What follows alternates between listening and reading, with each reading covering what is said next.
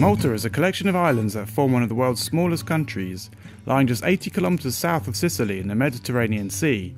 Yet there are dozens of ancient temples, 7 of which are UNESCO World Heritage listed. Indeed, UNESCO describes these prehistoric temples as the oldest freestanding monuments on Earth, even older than Stonehenge or the pyramids in Egypt, although this is up for debate.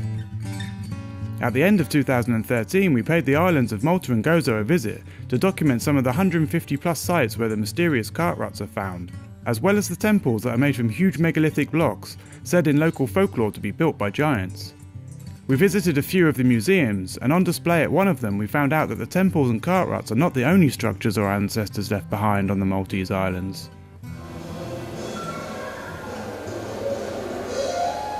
Some dolmen around the island.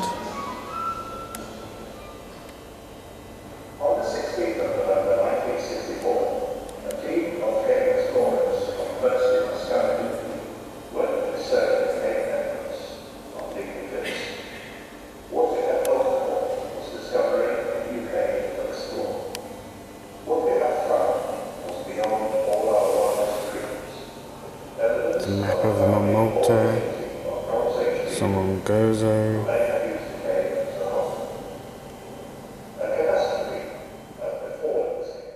We went on a dolmen hunt, but travelling around on foot made it pretty difficult. We kept finding rocks and fields that may have formerly been structures, but there seemed to be quite a lot of damage to all of the ruins we found. But after a long hard search, we finally hit the jackpot. So we're here close to Mostar, a couple of dolmen. They're not the most impressive dolmen we've ever seen, but there's quite a few in this area, although to be honest with you, we haven't been able to find many of them. Now we've come here to make a couple of points basically. The first is that you can see around us, there's a road running right behind Rich and there's loads of houses behind us. So it shows how there could have been a hell of a lot of dolmen and standing stones and all these things, but they've just been built on top of. And the other is to show you that there are actually dolmen on this island. We've personally seen dolmen in France and Spain, just across the Mediterranean Sea this way. This way they're found in Italy, then you come around, you've got Israel, Jordan, they're found in Tunisia. So it suggests to us that it could have been, a civilization that built these before the Ice Age, before the water levels rose, when there was a bridge with Malta to Europe and the Middle East.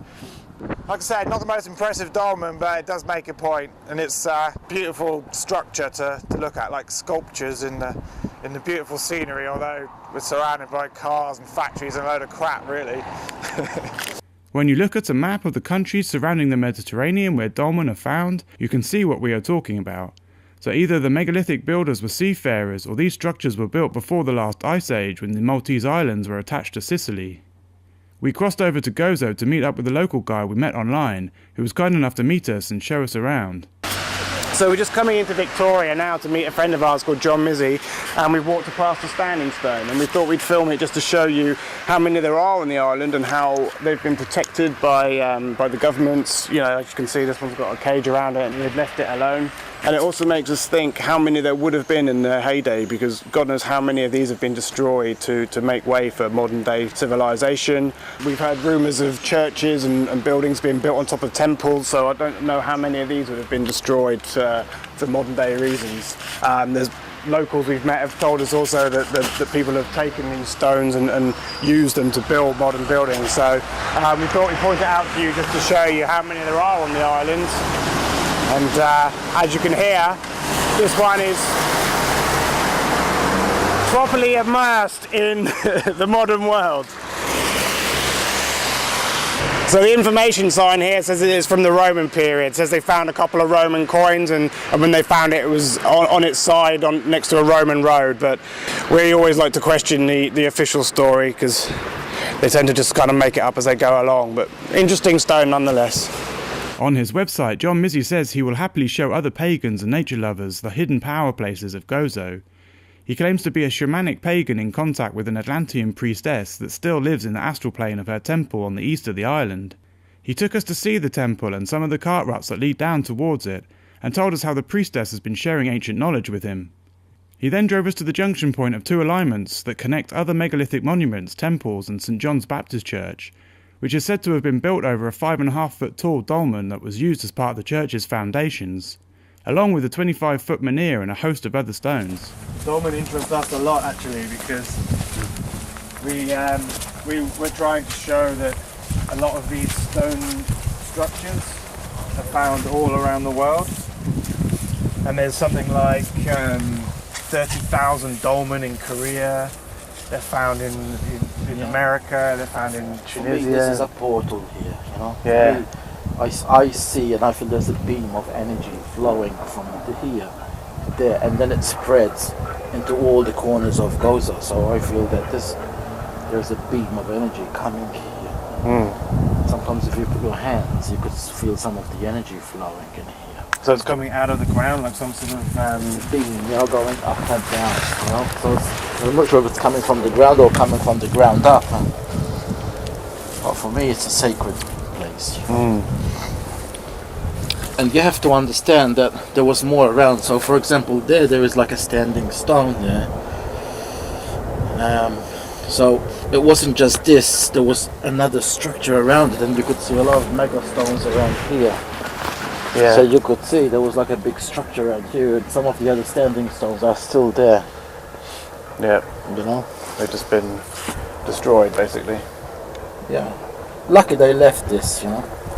I suppose the spirits have a way of protecting. Yeah. Do you think this is how it looked originally? This has been like this for thousands of years? Yeah, but I think there was more around it. There was it was like an onion of structures. Yeah, okay. And I think it was really used to bring the energy from the earth and to charge up these rocks, to hold the energy, to confine it and then work with it. Because now the energy is just going up and it's being lost. Yeah. It's not being utilized. So it was like an amplifier kind of thing for the energies, and now it's just kind of Correct. not being To harnessed. create this resonance between this energy and the rocks. And what about, did they find any artifacts or any bones or anything? Not that I know of. Not they know of. There's a lot of the official story that archaeologists tend to give for these dolmen is that they are burial grounds or burial Correct. mounds. The same with this one as well. But from our research, very rare that they actually do find pottery or ceramics or bones or anything. If we hold it for long enough, I can feel some energy in it. Yeah. It's an incredible spot. See what you think, Rich. Come and hold.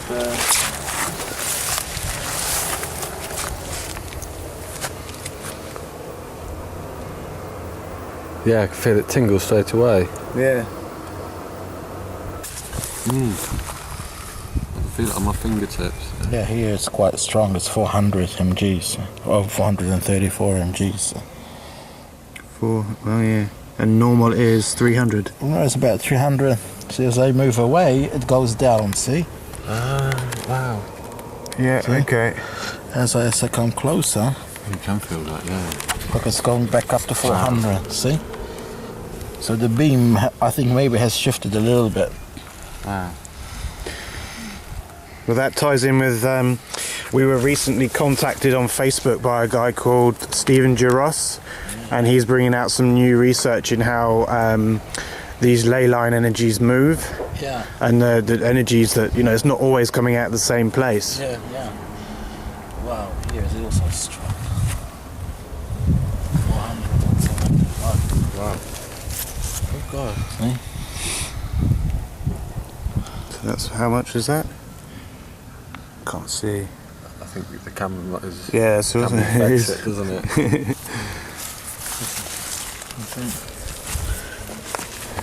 Well, we can certainly feel it with our hands. There's a standing stone over there. And a whole host of other rocks, which were probably part of some form of structure.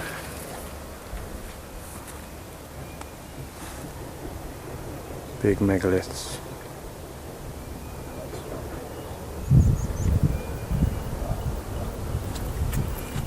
And here we can see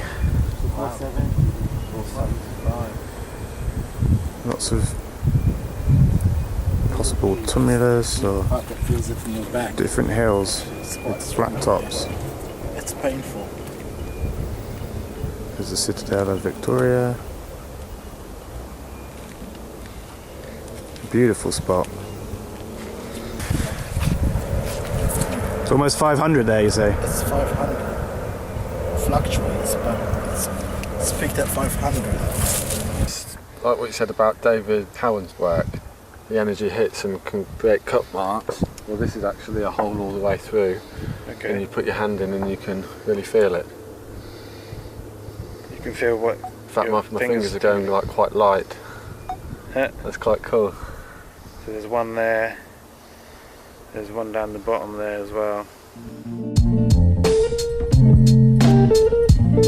One of the alignments connects these megaliths with St John's Baptist Church and the most famous temple complex on the island, visited by large numbers of people each year and shrouded in mystery due to the large megalithic blocks it is built from. The other alignment connects a 6-foot high standing stone that is now wedged between two houses and is so heavily eroded it looks like Swiss cheese, and a megalithic complex with 2 groups of stones on either side of the road. The site has apparently not been excavated, so little is known about the stones that are in such a poor state of preservation, it is hard to tell that it was once even a structure at all. There is a group of stones thought to be the remains of a circle, whilst on the other side of the road is a set of stones in the shape of a horseshoe, believed to have been a temple or major observation centre. At this point we had to end our trip and continue to Jordan to film the amazing ruins of Petra. If you plan to come to Malta to see the temples, we recommend you also pay a visit to the other intriguing ruins left on the island, and we also recommend hiring a car and doing some serious research on the location of these sites. We would like to thank megalithic.co.uk for the amazing source of information they provide. We quite simply would never have found half the sites without their help. We have been documenting megaliths all over the world, and we are now discovering they are all over the place. So much so, we believe that together they form a huge piece of evidence to show there once existed a global civilization in our ancient past. Joined with other pieces of evidence from around the world, we also believe that this civilization was highly advanced and a lot older than mainstream academics estimate. You can see some of this evidence by taking a look at some of the films on our YouTube channel, and please subscribe to be informed of our future releases.